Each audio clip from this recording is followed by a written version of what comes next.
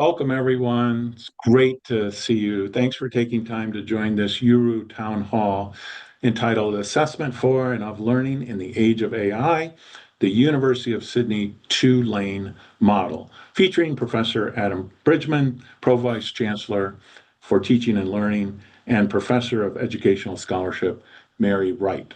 I'm Steve Dandino.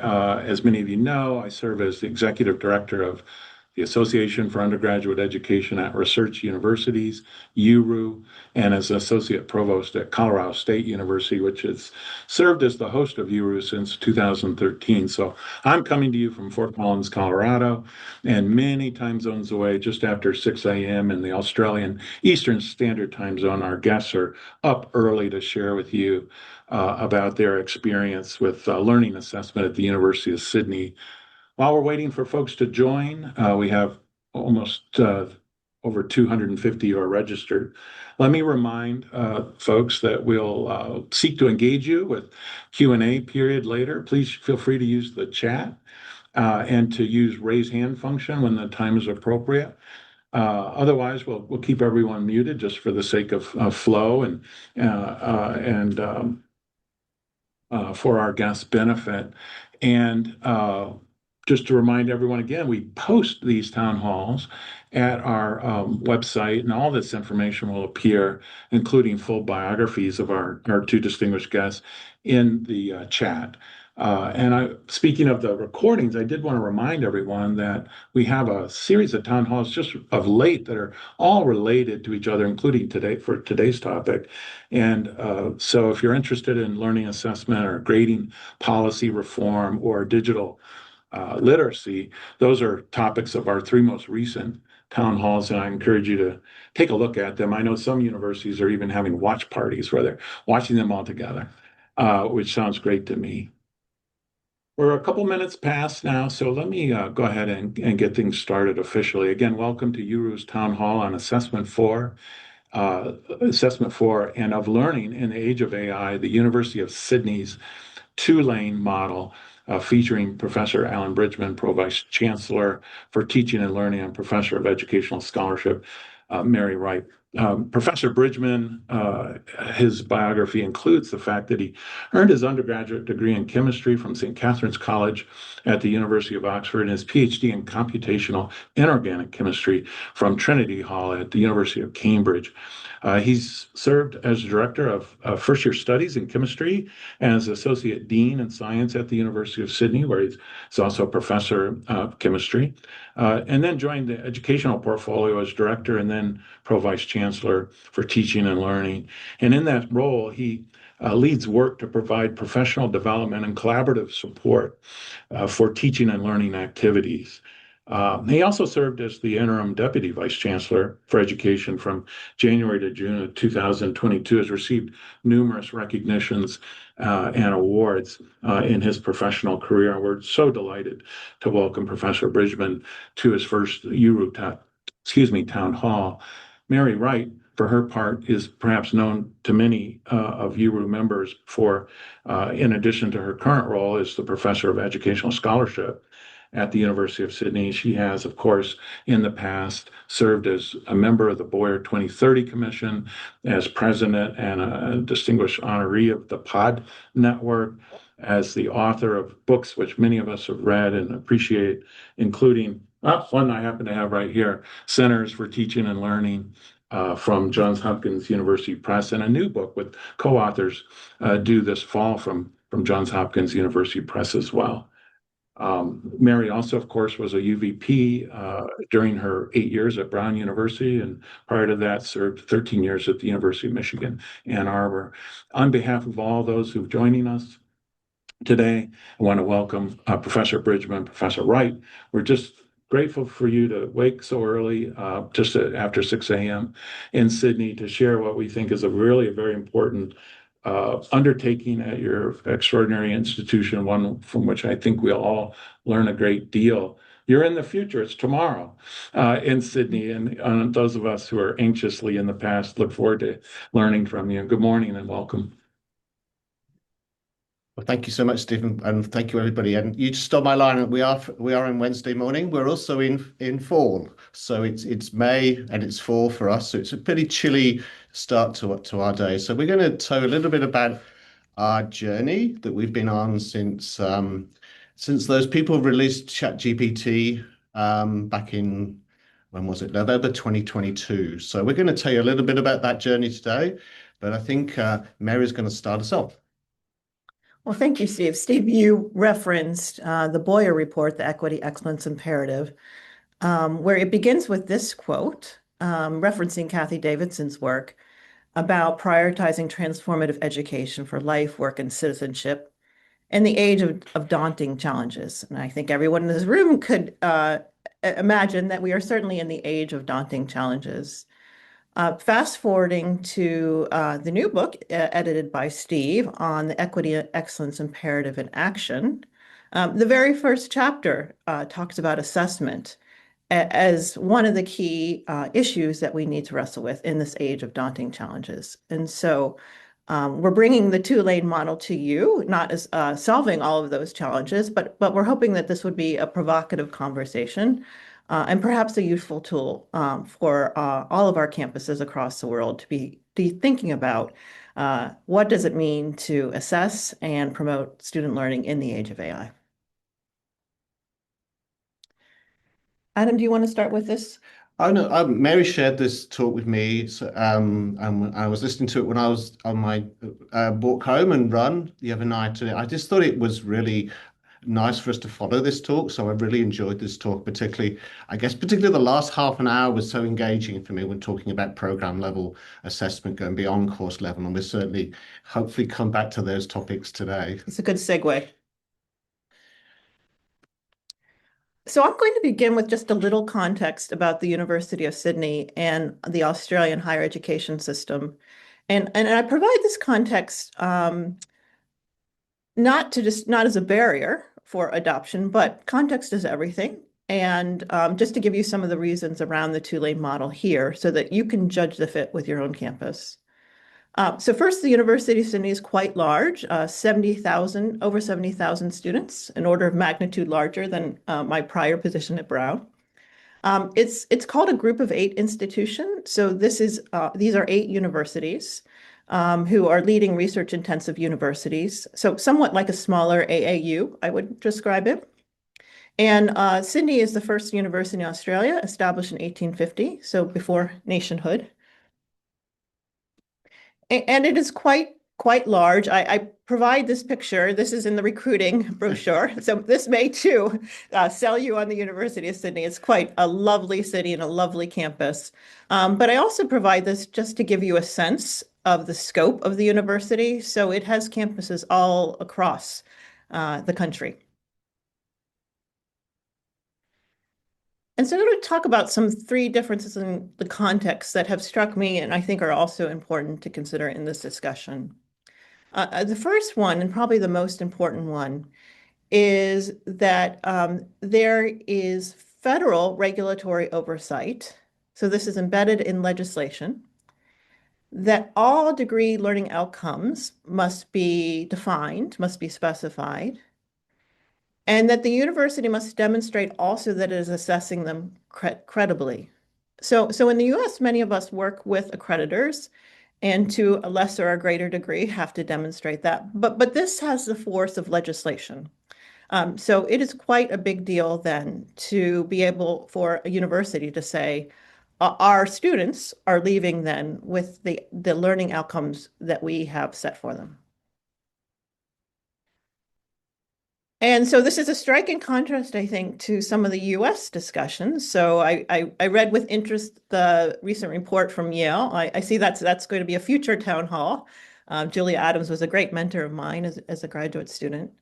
But some of the recommendations actually would not be compliant with law here. So having a norm-based grading, that would not be in alignment then with the legislation around more criterion-based approaches.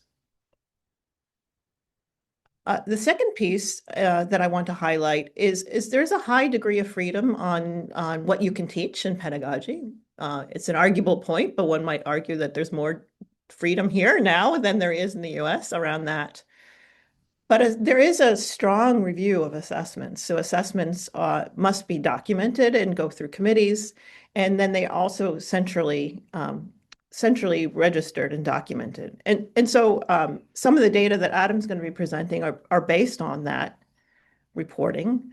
But it also has some other advantages too. So we are a Canvas campus, like many of you. And so when there was a Canvas outage, we were able then to identify, oh, these particular units, or as we call them, or classes, have assessments due on this day. And so we need to then reach out to those instructors to help with that support. But it is a difference. The third piece I want to highlight before I turn things over to Adam is there's just a very different approach, I think, to assessments. And so particularly academic integrity, and I'll just cover some of the scholarship on that briefly. Sarah Elaine Eaton has a very nice book that is a comparative view of academic integrity from around the world. And I found this quite helpful. In her chapter about comparing the USA and Australia, this came out just a couple years ago, but that analysis was that in the US, we have more of what she called a moralistic approach. So an emphasis on the honor code, for example. And then Australia, more of an emphasis on quality assurance and sort of structures that promote academic integrity. Now, with Princeton removing its honor code and also recent moves for Stanford as well, I think this might be pivoting some. But when I arrived here, I did see these tinges in terms of how we culturally and structurally approach academic integrity. This recent piece was in Assessment and Evaluation Higher Education, and I think I want to recommend this journal. A lot of great work is coming around assessment in the age of AI here. And this might be a better categorization, I think. So Tom Corbin, Phil Dawson, and Danny Liu, who's a colleague of Adam and mine, talk about two approaches to assessment, one being discursive, and the second being structural. And just to give some meat on the bones around this, this article recently appeared in The Guardian, but from an MIT lecturer. And it's a lovely piece, but it emphasizes how talking with students, having a conversations with students around the use or non-use of AI was powerful. So again, that illustrates a discursive approach. I think some of the challenges around that, and so this is an illustration and title from Derek Brough, who writes quite wonderfully, has a blog on technology and teaching. And Derek is a big fan of red lights, green lights, and AI integrated assignments. So again, a discursive approach in terms of talking with students about where AI is and is not used. And this particular illustration was accompanying this blog post. But I think it also illustrates the challenge of a discursive approach, and that if a student's taking, let's say, 4 to 6 different classes, they might have 4 to 6 different discursive approaches. And so there's many norms that they have to navigate. That's challenge one. And then the second piece that the article I referenced before highlights is about the validity of that approach, if you're just talking with students, there's actually nothing then to prevent them from using AI. So is that actually a valid approach to assessment? So these were some of the considerations that were very much in the air then when I arrived at the University of Sydney. And I want to turn things over to Adam because it's very much his intellectual work then that gave rise to the two-lane model.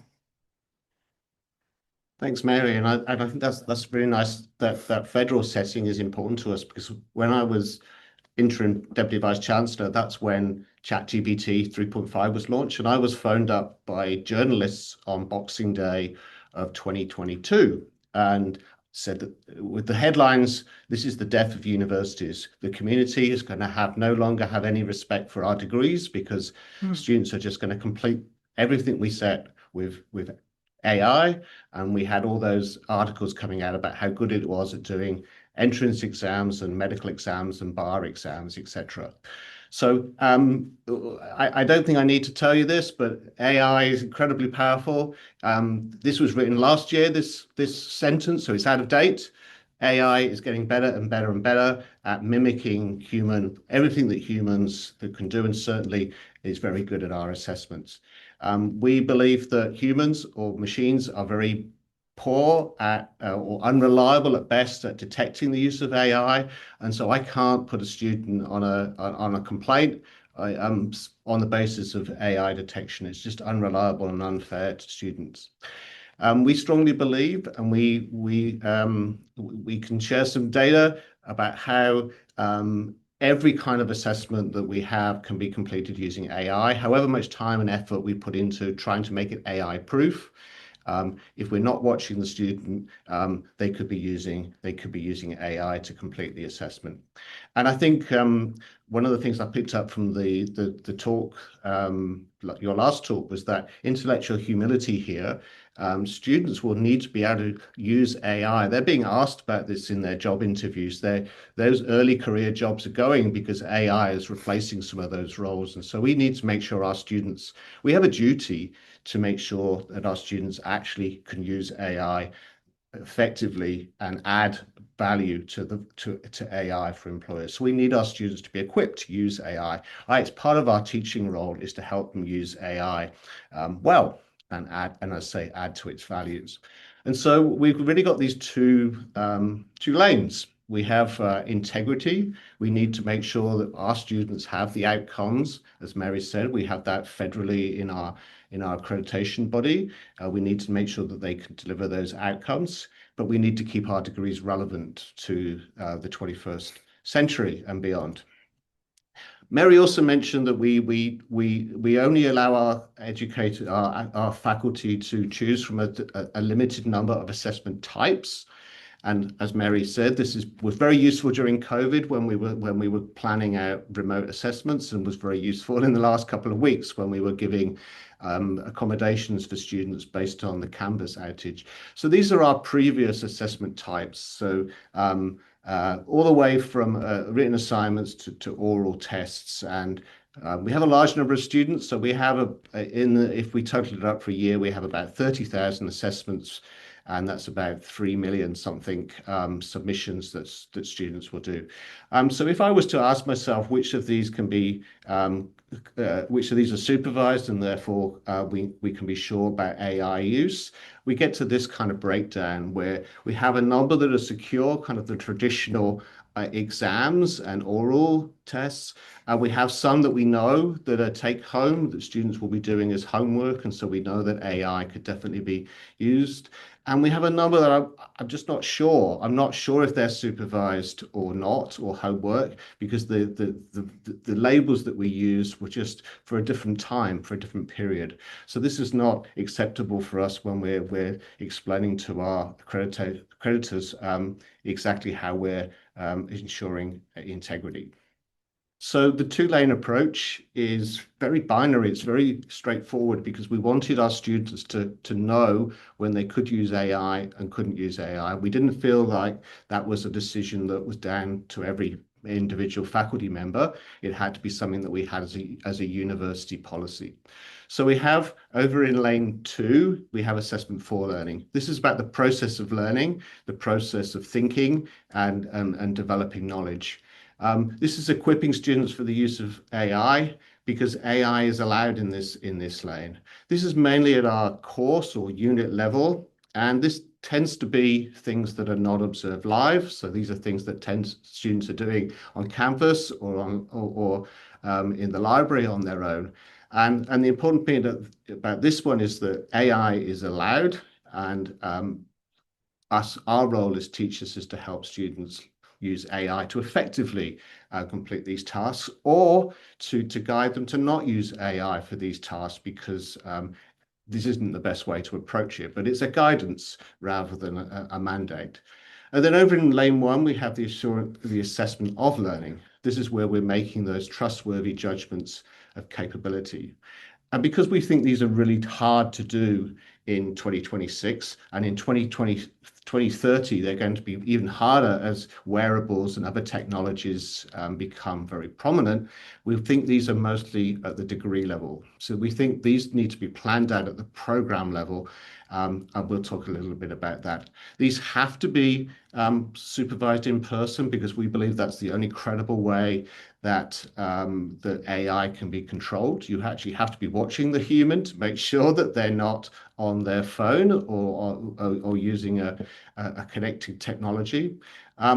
This is the only place where our faculty have the agency, if you like, to say, yes, you are allowed to use AI, but I'm going to make sure you only use this computer coding AI or this house building AI or whatever it is that you want to use, or more commonly, AI will be restricted completely. So that's the two-lane approach. It's deliberately very simple, but underneath it, I think there's a lot more pedagogy going on. So I'll start in lane 2 because I think this is the more interesting, and we hope to keep most of our assessment. We started off with about 85% of our assessments would have been of this type. So this is assessment for learning. I think this is more about process than and knowledge development than it is around measuring what students have learned. So we have I'm a STEM educator, as Steve said. So we have a lot of quizzes, a lot of MCQs. Very important for students learning the fundamentals, the foundational knowledge. And we have things that happen where students write reports, lab reports, experimental design. We still want that inquiry, but we know that when we're doing our research, a lot of that inquiry is powered by AI now. If I do a literature search, I'm certainly almost using an AI tool. In the humanities, we have a lot of assignments, a lot of written work, a lot of production of assignments and essays. Here we're more interested now in the process by which students write, and Mary might talk about that right at the end as a particular issue. And then we really wanted to make sure that if we were encouraging students to come into class, it was very clear with the kinds of things that we rewarded in class. And some of our faculty like to reward students for contributing and discussing in class. So these are our open assessments. We think this covers all the kinds of things that one wants to do when one's doing assessment for learning. Over in lane 1, I guess are more traditional. So here we've got our exams, which might be at the end of the semester or during semester. Things that might happen in a class that you can credibly supervise. Chemistry lab, things that might happen in a studio, and quite commonly, although presentation is an open assessment where students might well be using AI to produce their slides or to produce their video assignment, using a Q&A after a presentation to really make sure that they know the things that you need them to know. And then lastly, I think this is a real opportunity, some authentic work-based assessment or supervised placements and internships as a really valid way in the 21st century of ensuring students have got those practical work-ready skills. So those are our two lanes. The open lane mostly around process and knowledge development, and then lane 1 secure, where we're supervising students and making sure that they know and can do the things that we put on their degree certificate. So this is the difficult bit, I guess. So what we're saying is in lane 1 is supervision, in-person supervision that ensures that AI is not used. And in lane 2, we have to say to every student and every faculty member, if it's an open assessment, that means that students may use generative AI, and it's your role as instructors to make sure that they're using or encourage them to use AI in a way that's appropriate, in a way that's effective, and in a way that will prepare them for those moments in their programs where they're going to have to work on those secure assessments, which they're definitely not going to be using AI to complete. This was fairly radical for us, and this was around the end of 2024, just to remind myself of the date. And because we'd had a lot of media attention, we get a lot of media attention. We are only 150 years old, 170 years old, but we do get a lot of media attention here. So we were out in the media explaining that we weren't giving up. We weren't saying AI is just allowed whenever students want. We were actually strengthening the integrity of our degrees by separating it and making sure that we knew just when students were using AI. So a fairly favorable newspaper reaction, a media reaction to us. We're in the Division of Teaching and Learning, our central teaching and learning unit. And I guess we had at least two roles in making sure that this was accepted by the university. So I guess in the first column, got all the formal things that one needed to do. We needed to make some very big changes to our assessment, all of our policies, and we're very policy driven. And that required an awful lot of influence, an awful lot of trying to persuade people that this was the right thing to do. This is certainly the biggest change in our assessment for 170 years. Biggest change of assessment since we started, and if we're thinking that this is absolutely revolutionary for our assessment, and we have no choice but to do it. So although there's a lot of committees to go through, I don't think this quite explains the number of cups of coffee that this involved, persuading people every hour of the day, the number of presentations, the number of ways that we would invite faculty to come in with their AI-proof assessment or their wonderful assessment. And me as a chemistry educator would complete their sociology assessment before their eyes using the tool in my pocket. So an awful lot of persuasion just to get these big changes through.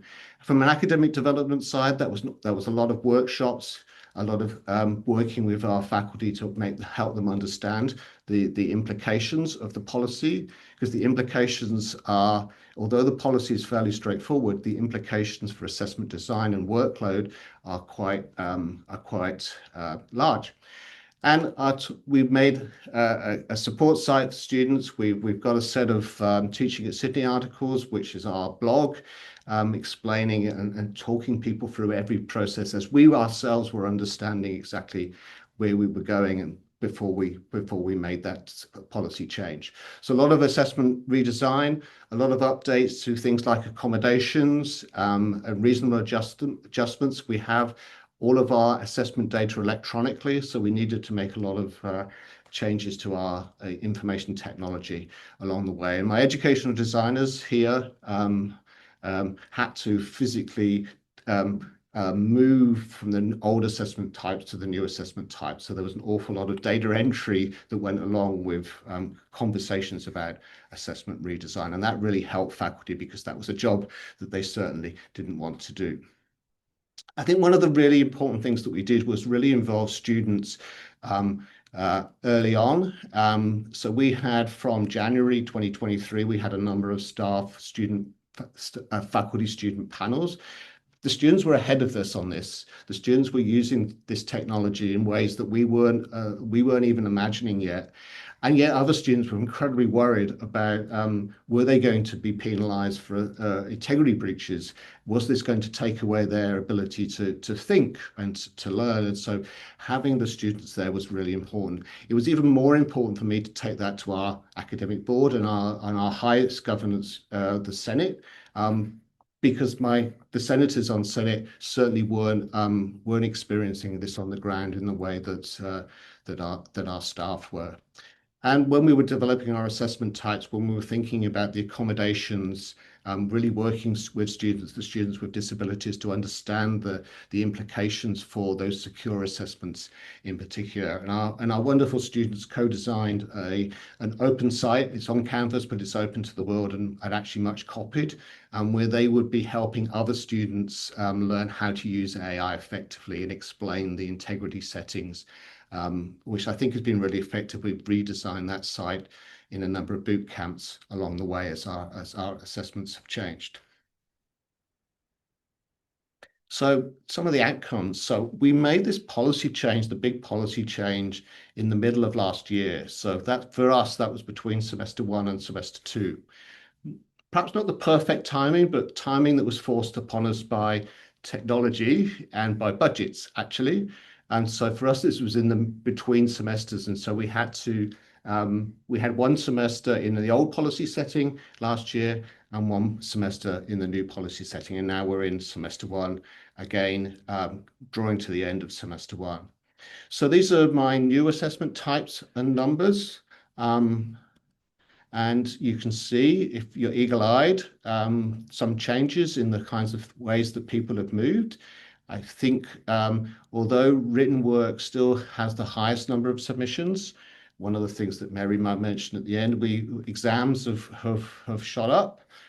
More pleasingly, we have oral exams and interactive orals becoming more commonplace. There were very low numbers before. That's only two semesters in now to the change, but this is how individual faculty have reacted. And when you watch the video, you can compare those two slides if you're particularly interested in the analytics. And we can break this down by discipline, and so we can really understand the ways that different disciplines are approaching this and the kinds of assessments they're therefore valuing amongst in the student body. These are some of our integrity cases. These are allegations. These aren't necessarily the numbers. So I'm presenting to you these with respect that these are obviously things that we actually publish in Australia, but they are numbers of actual people. So we've had a decrease in the unapproved use of technology, which maybe isn't surprising. But that number has fallen away. The other number that's fallen away that was going down, having previously over COVID really shot up, was the contract cheating. So the contract cheating numbers over COVID, this is where students would be paying a third party to complete their assignments.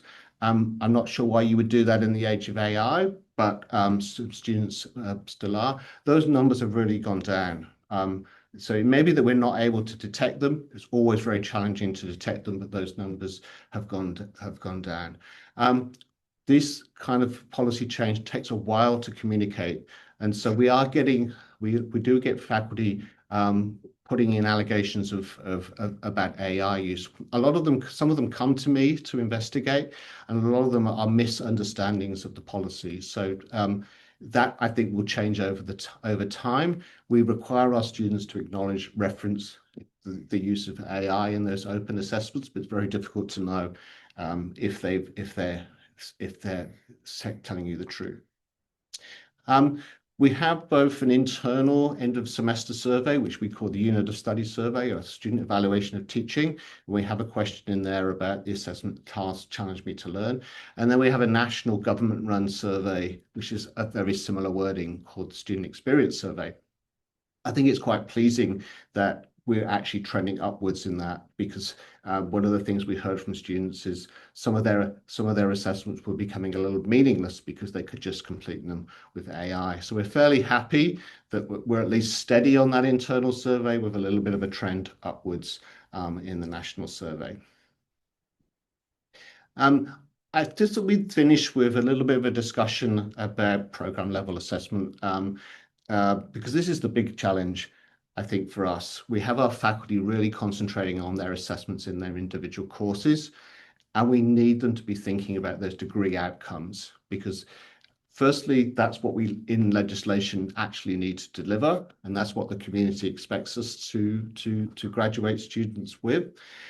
But also, as I said earlier, I think that those secure assessments, if we're going to be serious about that, we've got to realize that that's going to be hard to police. It's going to be hard to control the use of AI. And you might have seen on that last slide some exam breaches which were going up, and some of that's been to do with cameras and maybe AI glasses in exams. So just a couple of it. I think I've got 3 examples of program level. This is probably the largest one. This is the Bachelor of Commerce, BCom. It's a very highly flexible liberal arts degree. It's a 3-year degree. There are just 4 core subjects, 4 courses, 4 units that the students take, and then they have a very flexible choice of 12 components. And so what we've required is that every one of those components has a plan for working out how they're going to deal with the situation, how they're going to plan those secure assessments. And so we have just enough to secure the outcomes, but not so many that the students are stuck in exam halls 12 months of the year. One of the important things that people have brought in, we brought in, are this concept of pass-fail hurdle or barrier tasks, where the students not only have to pass the assessment, but they also have to pass it at a level which is sufficient to demonstrate that degree outcome. So we have this concept of hurdle tasks, and we also need enough open tasks that we're confident that students are developing that AI fluency, which we know that in the Bachelor of Commerce they will need as they're going into their careers in commerce and business. So this is one of those components. It's the major in accounting, and this is part of their assessment plan. A lot of data on this. This was at a committee now about 6 weeks ago, and you can see that those learning outcomes are all being assured. We have enough yeses in the blocks progress column. These are where we have hurdle tasks. So some at first year where these concepts are introduced, some at second year where they're developed, and then some at third year when those outcomes are really assured. And where it says yes, it doesn't matter what the weighting is, the student will not pass the unit and won't pass the course, and hence won't pass the degree if they've not met these outcomes. And these are all secure tasks. And then I think the last one I had is a different approach where we have from in a teaching degree, pre-service teaching, early childhood education, where they have purely pass-fail courses. And so almost all of these, therefore, I think all of them on the slide that I've got are blocking progress. This is all about competencies and skills that the students develop along the way. A very comprehensive, and I wanted to show this one because it doesn't just have exams, it actually has things that are more authentic to being an early childhood educator. In terms of external adoption, we're not selling this. We'd love to know an alternative. I was saying to Steve beforehand, we would love to know an alternative. This is an awful lot of work and an awful lot of shake-up. But but the word in Australia where we have that TEXA, federal accreditation body, telling us that we have to assure outcomes, and in New Zealand across from the ditch for us, the ones involved are I think the more research intensive part of the GO8s, and we have a little bit of progress in my country of birth. In the University of Bath. So we put it out there to you as a possible model. So I think this is our last slide. I just want to end with some of the challenges that we are still thinking through in the hopes that some of you in this room might be thought partners with us around this. The first challenge is that because every degree then must go through this approach, we are seeing a rise in exams. And it has been, I think, a challenge for us for an academic, for a faculty member, then to think about there may be other motivational levers for a student to engage with your class. And so in the prior town hall, I think there was an interesting discussion of students. It could be actually that students want to learn. And so I think that has been difficult. And so one of the things that we're still trying to wrestle with is that we have seen an increase in exams in the rush to secure the program degrees. That creates a logistical challenge in that you run out of space to hold exams. But you also think about assessment challenges with exams too. There are other ways then, I think, to encourage assessment of and for learning besides exams. And so it'd be helpful, I think, with this group to thought partner with us around how you do that too.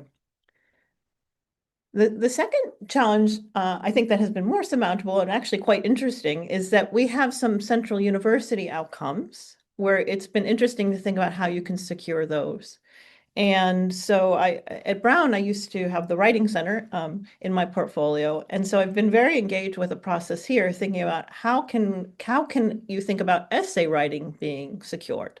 Because essay writing is typically a process that takes place over time outside of the classroom setting. And so I can talk more about this in questions, but have been involved in a research project working with 10 faculty members across the university around different ways to think about securing what we call long form writing or essay writing. And so that's been quite interesting. And of course, there's other university learning outcomes too, where it's an interesting project to think about how one might secure those, again, to promote assurance of learning. And sorry, this was my penultimate slide. This is the last slide. A final challenge, and I mentioned this because I saw Tony Blum had the question about this. How does this work for online asynchronous programs? Great question, Tony. About a year and a half ago, Texas, the regulator, I think, put the sector on notice, saying this was an issue that we need to figure out. How can you, if you're going to assure learning, how can you do this in the context of online learning? And so this briefing paper has been quite useful, and we've referenced it here. And so there are 3 approaches that we've been taking so far. And again, this group may help us develop others. One is to think about a student might go to an approved location, such as exam center, a study hub, where there would be a supervised assessment. Again, this is program level assessment. You're not going to do this for every single assessment in every single class. This would be at certain points in the program that are planned to assure a learning outcome.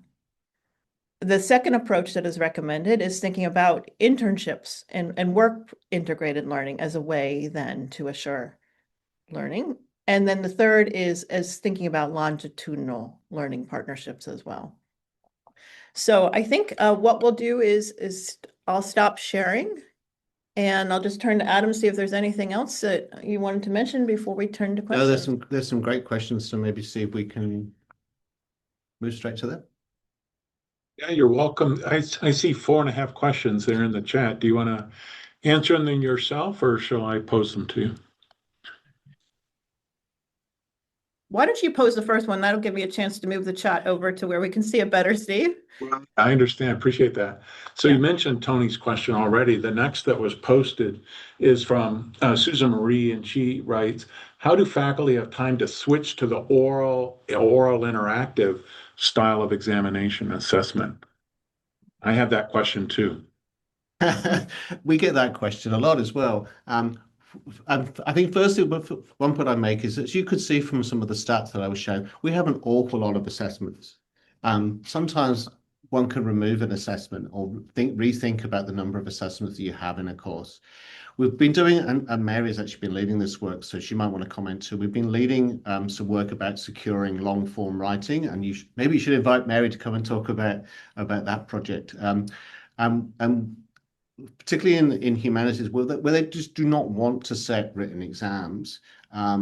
The law faculty here, in particular of the associate dean in that faculty, has done some very careful work and kind of almost measuring the time it takes to prepare an exam, to prepare a replacement exam, to prepare marking guides, to calibrate and organize the marking for a written exam versus the time it takes for him to set 10-minute or 15-minute oral exams. He thinks it's about workload neutral.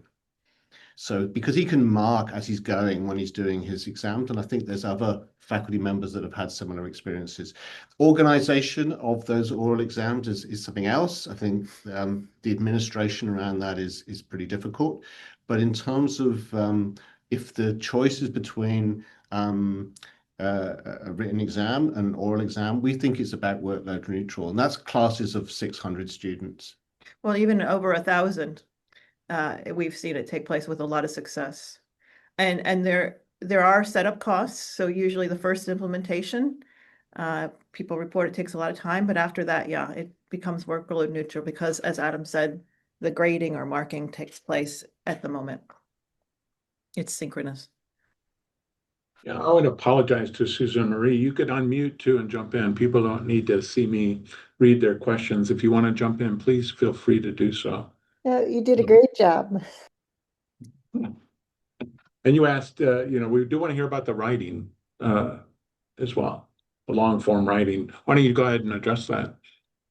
Yeah, last year in the first term, a group of faculty from across the university decided to focus on open long form writing. So developed a number of assignments and rubrics, and we can share these afterwards. They were quite generative, I think, in thinking, helping faculty to think about how you might assign open long form writing assignments. But because it is a university outcome, it was also important then to think about the secure piece of this as well. And so I did what I call a mega subtle approach. So I brought together, I saw Anna Fleming in the room. That's one of her terms that she uses as well. I brought together 10 faculty who then, we worked together with common instruments around a research project. So each of the faculty in different disciplines were indicated that they needed to come up with a way to secure writing, and they were given two options. One, this was the least popular option, but still we had two faculty who did this. The students could do writing over time. So for example, we had a business professor who taught strategy. And so over the course of 3 to 4 class sessions, students would come in and write. And because it was strategy, he would change the conditions of the prompt because that's the world. The world changes as you go into it. And so then students would have to write with different conditions than on the prompt. And that was writing over time. The second approach was that they could secure the written assessment with an oral assessment. And again, we gave people a lot of freedom to determine how this would happen. And that actually became a strength of the project, because in some cases, the faculty member had an oral assessment or a meeting with this face-to-face with the student before the writing was done. And in other cases, they had an interactive oral exam or a presentation and Q&A after the written exam. And in some cases, it was a mix of both, before, middle, and after. And so we had a nice set where we had some various conditions then to look at, let's see what we were measuring. We measured what faculty put on their rubrics, what they were looking for. We also measured marks. So students who had the oral condition, particularly the oral before, tend to achieve higher written marks, higher written grades. That's consistent with the literature. Generally, students tend to perform better in oral conditions compared to written. And it's been interesting to have discussions around the university about why people think this might be. We also looked at student experience as well. So we used a common survey. And students generally appreciated the oral before the writing the best, I think, because they felt like they got some formative feedback before they had the high stakes mark. But generally positive feedback all around. There was still some anxiety because this is still relatively unfamiliar to students. And I think as it grows, then that anxiety may temper. But students did make a number of suggestions that we're trying to promote around giving workshops and opportunities for practice. And so our Learning Hub has been great partners then in helping to provide opportunities for practice. And then we also did interviews with the academics and the teaching teams. And that was really helpful then to give us the information that we just repeated to you in the prior response about workload, because they were very carefully noting the workload and did indicate then actually with the interactive oral exams or the Q&A that saved them time in that process of grading that way.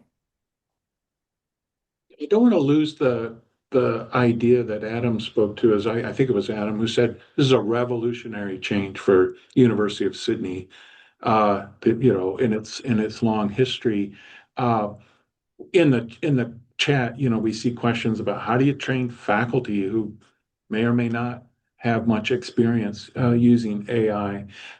You just spoke to how do you educate students about this big and deep change that you've gone through over the last year. Can we maybe kind of speak to how you're coping with the depth and pace of change that's required in order to, create a whole new normal for. It's definitely a level 2 change, as they say. Yeah. Yeah. Look, and I think that Christiane's two questions, I can talk to both of those. I think one of the first things is that there was a lot of workshops. So there was a lot of opportunities for people to bring their assessments to us. And Danny, who was mentioned earlier, or I would take along our favorite AI technologies and complete, as novices in their disciplines, we would complete their assessments before them. Many had not seen, we could simply put their assignment titles into, their homework titles into ChatGPT 3.5 or whatever it was, and magically in front of their eyes, and then we would say, would you grade this as a pass, a credit? And they would say, oh, it's not that good. I said, but would you pass it? And they'd say, oh, of course I pass it. It's clearly passing. And so therefore that student's got that R degree. It is about that. I think the other side of it is that faculty are a little bit fed up of marking AI. Obviously AI generated fairly poorly written work. And so they needed us to do something. They need to send a clear message that this is not acceptable. Yes, Christiane, homework is still given, but it's up to the students. The students' role, and it's up to their individual decision that they will use. If they use AI and they don't get the learning, they don't understand the process of writing, this will be brought out in their oral exam, that they haven't done this work. So faculty are still setting homework. But they know that there will be those secure moments in the program where that learning will be assured. But that's not the purpose of the open assessment. The open assessment is to develop learning, is develop and give students feedback on their learning. Steve, if I could add to that, I think faculty don't want to be in the position of policing and following up on academic integrity cases. It's both an administrative burden and not a role that many faculty I encounter want to be positioned in. And so that the open assessment frees you from doing that. You can't say that you can't use AI. And so I think that has also been a refreshing turn for people. That makes a lot of sense. Thank you so much. Sorry, can I add a quick follow-up? We hope you do. Okay. Because I was thinking that you were expecting the faculty with those homework exam assignments to actually teach using AI, as in like, you can write assignments and then ask the students to comment on what AI produces and to work with that. So that's what I thought you were going. It's just now I can pose my homework and students may or may not use AI, but then how do I grade that? I think I'm still stuck on that. I thought all instructors now who want to use the open lane had to learn how to teach the students how to use AI. But I think what I just heard is that, no, it's okay. I can just have my homework assignment and students may use it, but then I still read AI produced work. Yeah, no, I think we've certainly got many champions here who are bringing AI tools and AI fluency into their teaching. And I think that's ultimately we will get there. And there's a lot of academic development work because as people use it in AI in their research, they use it in their work, people will get more fluent. And I think these are really skills that we as teachers need to develop, but it's certainly not a requirement that people do this. We've written about a marking of these open assessments. We think the marking and the feedback is more important than the marking that one does on an exam when one's tending just to write scores in the margin. This is around giving students feedback. If they've used AI, they're going to get feedback. They're going to get feedback, but it's going to be useless to them because they haven't done the work. So this is, as Mary said, this isn't about policing the students. This is about assuming the students are doing the right thing and giving them feedback that helps them learn. And maybe that's helped them use AI better because they're using AI in such a copy and paste way that's just going to generate something that's going to be of no value to a future employer, as was said last week. So I think that's our philosophy here, knowing that culturally the students need to understand that if they do that, there will be secure assessments. When they're in an oral exam with that faculty member, they're clearly not going to be able to answer the questions about the process of thinking that they went through when they produced that writing. We had a great student panel last year, and there was a student, I think in chemistry. It was. Who was very open in terms of saying, I had used AI in some assessments early on, and then I got to the exam and I just blew it. And that was an important learning experience for that student. And he was quite frank about that. And again, I think this is a realization for students around the appropriate use of AI and what they want to get out of their learning experience. We have about 5 minutes left. Three of the questions in the chat from Linda, Igor, and Josip kind of address program level assessment, accreditation, more systemic change, institutional change. Could you maybe say a few words about that? They have some specific ideas there, like in the case of Igor's question, is it conceivable that American style accreditation could play the role that Australian national policy and law plays for the University of Sydney? So I think there was an earlier question around this is mandated across every program. So every program needs to follow this. At the time of writing, at the time of speaking, we're in the process of making sure that we are assuring learning in all of our courses, but it is a 2 or 3 year process to have that firmly embedded. Our assessment plans that I showed are not, we don't publish them as they are. Those are hot off the committee papers, but they are actually available on our internet. So they are available externally in time. The accrediting bodies here in Australia, I'm not so familiar with those in the US, but they're very powerful here. And our engineering degrees, for example, also go through the US accrediting, and I know we have to take it very seriously.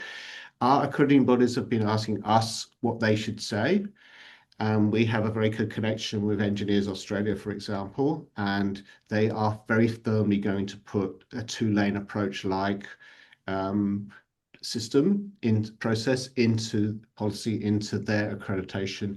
And every one of our accrediting bodies, accounting I've also spoken to, pharmacy I've spoken to, nursing I've spoken to, surgery I've spoken to, they're all going to require universities to have a 2-lane like approach. So I don't know what the influence is across the Pacific, but I wouldn't be surprised, because after all, if we're training surgeons or we're training engineers, we need to be serious that they have the outcomes that we say that they do. Maybe we could take Josepa's question too around is program assessment still course-based? I think we've been trying to suggest that it might be more efficient not to have it be course-based. I think that's been a hard sell. So I think I agree with Josepa's idea that there are different ways to do this. But so far, yes, I think it's primarily been located, for example, in a capstone, and then maybe a midway, as Adam was saying, a hurdle task. There are administrative barriers to us to having it across courses, but we do have some instances. I didn't show an example, but we have one in biomedicine where there's an oral exam that assures learning across a set of units. In chemistry, we have lab that's assured across a set of units, but there is some administrative barriers to doing what to us makes what would make actually things a lot simpler. You said early in your presentation that the 2-lane model is intentionally simple, but yet there's so much subtlety and complexity underlying it. And I think this town hall has explored in a brief period of time a lot of the latter. But yet, we could come back to just acknowledge the fact that it is perhaps a simple way of, in the sense of just 2 lanes, of addressing this really daunting problem. That may explain why so many are adopting it. Other Australian, New Zealand institutions elsewhere in the UK, and perhaps here in the US. I think we'll look forward to following your experience and hearing more about the information and data available for the rest of us here in the States, because I'm not aware that, maybe I'm wrong, because I'm not aware of everything, but I don't know of any university that's anywhere near far along in this respect in the United States. And so we're, on behalf of all the people who joined us today, as well as those who will see this town hall as a recording, many thanks to Professor Adam Bridgeman and Professor Mary Wright for their arising very early in the morning tomorrow in order to share with us this exciting, really ambitious, and obviously very productive experiment at the core of the academic mission of the University of Sydney. Thank you all, and thank you for joining us, those of you who have taken time to do so. Appreciate it. Thank you, Steve. Great to see all of you. Right. Absolutely. Enjoy the rest of your day.